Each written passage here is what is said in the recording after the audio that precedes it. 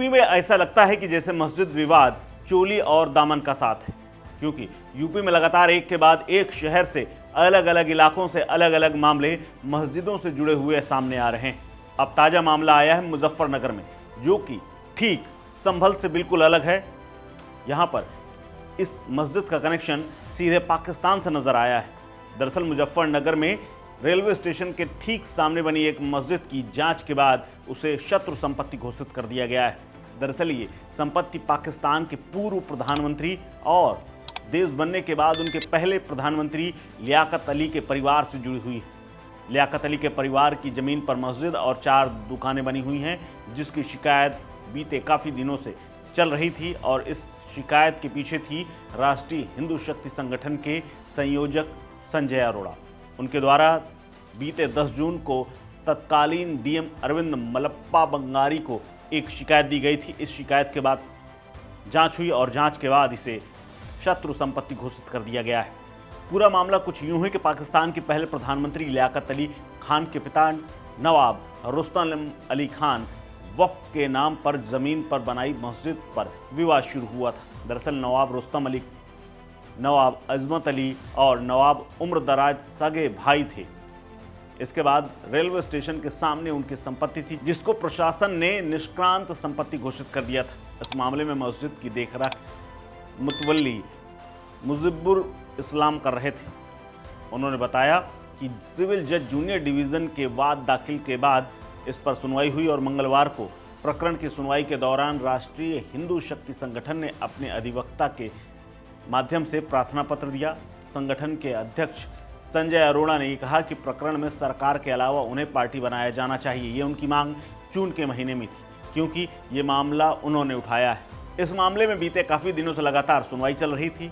इस शिकायत के बाद संजय अरोड़ा ने यह भी कहा था कि ये संपत्ति अवैध है और अवैध कब्जा करके मस्जिद और दुकानों को बनाया गया है, जिसके चलते उस समय के जिला अधिकारी के द्वारा इसकी जांच एडीएम राजस्व गजेंद्र कुमार, एमडीए सचिव, सीजी मजिस्ट्रेट, एसडीएम सदर, सीओ सिटी और नगर पालिका ईओ से कराई गई थी। इस मामले में इस टीम ने शत्रु संपत्ति कार्यालय दिल्ली को इसकी जांच रिपोर्ट भेजी थी, जिसके चलते शत्रु संपत्ति अभिकरण कार्यालय भारत सरकार के द्वारा एक टीम ने यहां बाकायदा सर्वे किया और सर्वे की टीम आने के बाद यहां से रिपोर्ट लेकर के, जिसमें दोनों पक्षों की सुनवाई हुई, उसके बाद यह आदेश जारी किया गया है कि हज की यह शत्रु संपत्ति है।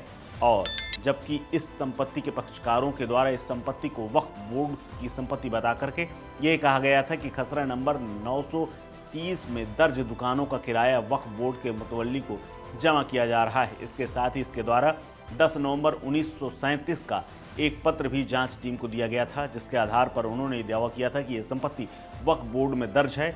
जांच में इस संपत्ति का शत्रु संपत्ति होना पाया गया है, जिसके बाद अब आला अधिकारियों का कहना है कि संपत्ति के पक्षकारों को नोटिस दिया जाएगा और अगर नोटिस के उपरांत भी इसे खाली नहीं किया गया तो फिर इसमें कानूनी प्रक्रिया के तहत उसको खाली कराया जाएगा।